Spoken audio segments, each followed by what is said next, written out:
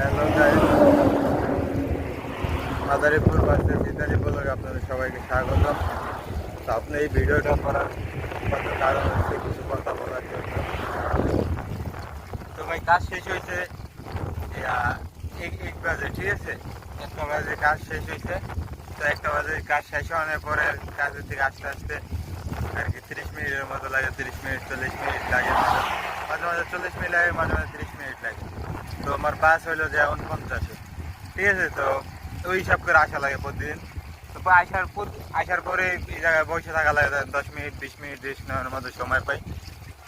কিন্তু ওর মার ভাই কি কমু, এখন এই যে এখানে আমি 40 মিনিট 45 মিনিট এখানে থাকানোর পরেও এখানে মনে হয় বাঁচাইতে যত ধরনের চুলুন সব চুলুন আমার কপালে, ঠিক আছে? মানে কি কমু ভাই আমি ইয়া এই যে আমাদের সাইকেল নিয়ে মেন রাস্তা দিয়ে সাইডটা চালাই যাইতেছি, ঠিক আছে? 2 ঘন্টা সাইকেল চালায় তারপর আমার যাওয়া লাগবে বাসা। সুদুন ইতালি, হ্যাঁ, la merda।